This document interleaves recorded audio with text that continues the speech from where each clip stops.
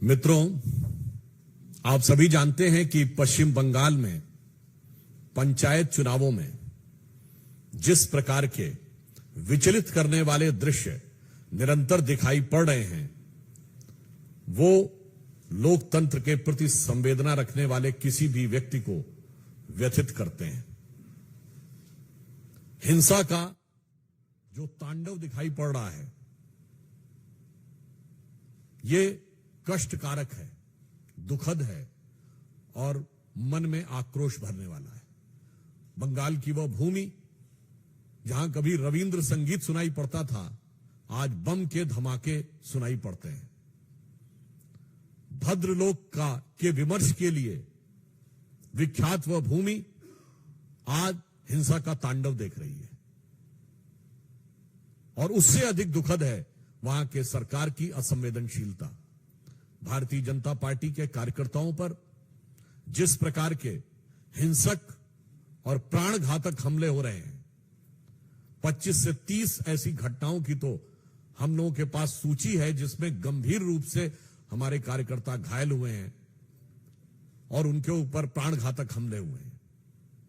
उससे भी अधिक चिंता का विषय यह है कि राज्य के निर्वाचन आयोग के द्वारा इन सारी घटनाओं के प्रति एक निहायत ही असंवेदनशील और गैर जिम्मेदाराना रवैया इख्तियार करना, जिसकी वजह से न्यायालय जाना पड़ा और न्यायालय के हस्तक्षेप के बाद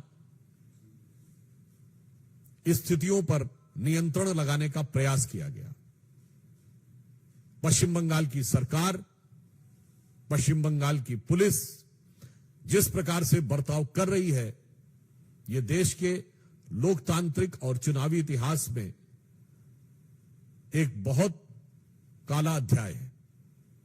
एक फैक्ट आपके सामने रखना चाहता हूं कि अंतिम दिन तृणमूल कांग्रेस के 40,000 से अधिक लोगों ने नामांकन किया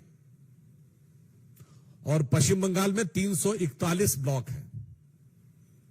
4 घंटे के अंदर यदि 40,000 से अधिक लोग नामांकन करते हैं केवल 341 ब्लॉक में, और इसमें तो अन्य भी दलों के लोगों ने नामांकन किया है अंतिम दिन, ऐसा तो नहीं है कि सिर्फ तृणमूल कांग्रेस ने किया है, लेफ्ट ने भी किया है, कांग्रेस ने भी किया है, हमने भी किया है। यानी औसतन एक व्यक्ति के नामांकन का समय 2 मिनट के आसपास आता है। अब व्यवहारिक दृष्टि से समझा जा सकता है कि सरकार और राज्य की चुनाव आयोग के दिशा निर्देश में काम कर रही चुनावी मशीनरी कितनी ईमानदारी से काम कर रही है। यदि एक नामांकन पत्र को सरसरी नजर से भी देखना हो कि उसके अंदर कोई गलती नहीं है, तो वो 2 मिनट में नहीं देखा जा सकता। 5, 7, 8 मिनट तो आपको देखने में लगते हैं। इसके बावजूद इस गति से हुए नामांकन ये दर्शाते हैं कि सरकार किस प्रकार से व्यवस्था को हाथ में लिए है। और मैं पूछना चाहता हूं, जो लोग कहते थे कि democracy is almost finished in India, तो I want to ask them a categorical question that the level of violence which is been witness in West Bengal, the democracy is flourishing और इट इज वैनिशिंग। ये लोकतंत्र का उद्भव दिख रहा है या तिरोभाव दिख रहा है? और जिस प्रकार से नामांकन की प्रक्रिया का मैंने उदाहरण बताया, क्या ये लोकतंत्र का उपहास नहीं है?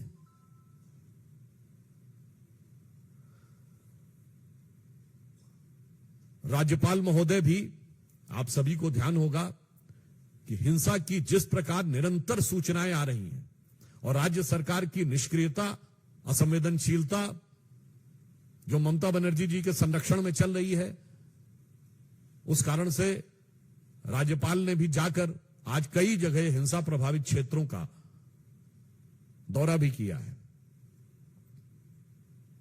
मैं यह भी बताना चाहता हूं कि इस प्रकार के घृणा, हिंसा और प्राण घातक हमलों के दौर में भी भारतीय जनता पार्टी के 50,000 से अधिक कार्यकर्ताओं ने अपना नामांकन किया है। यानी इन प्रतिकूल परिस्थितियों में भी भारतीय जनता पार्टी के कार्यकर्ता पूरी दृढ़ता के साथ, साहस के साथ उस जुल्म और ज्यादती को सहते हुए लोकतंत्र की लड़ाई लड़ने के लिए आगे बढ़ रहे हैं। और मैं तृणमूल कांग्रेस की सरकार और ममता बनर्जी जी को यह कहना चाहता हूं कि आप याद रखिए कि ये आगजनी का जो खेल, जो हिंसा का खेल आप खेल रहे हैं, यही इससे पूर्व कम्युनिस्ट सरकारें करती थी। और उनका हश्र क्या हुआ?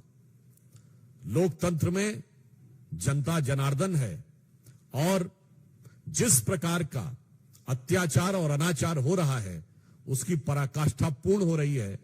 तो मैं उन्हें सुझाव और आगाह करते हुए यह कहना चाहूंगा कि जो अटल जी की कविता की पंक्ति थी कि चिनगारी का खेल बुरा होता है, चिनगारी का खेल बुरा होता है, औरों के घर में आग लगाने का सपना अपने घर में ही अक्सर खरा होता है।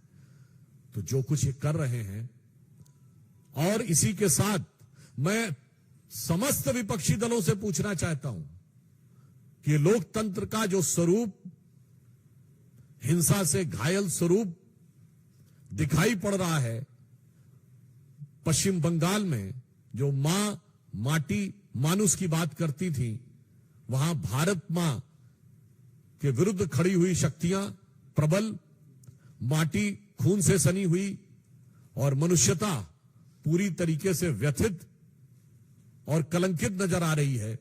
उसके बाद भी किसी विपक्षी दल को इसके लोकतंत्र में कोई समस्या नजर नहीं आ रही। अतः हम सरकार को आगाह करना चाहते हैं और साथ ही साथ यह कहना चाहते हैं कि उनको अपने संवैधानिक कर्तव्य का पालन करना चाहिए और राज्य के चुनाव आयोग, जो कि अपने संवैधानिक दायित्व का नैतिक और संवैधानिक दृष्टि से अपेक्षित निर्वहन नहीं कर रहा है, उनको भी अपने दायित्व का निर्वहन करना चाहिए। और भारतीय जनता पार्टी के समस्त कार्यकर्ताओं के हौसले का हम सम्मान और अभिवादन करते हैं। धन्यवाद।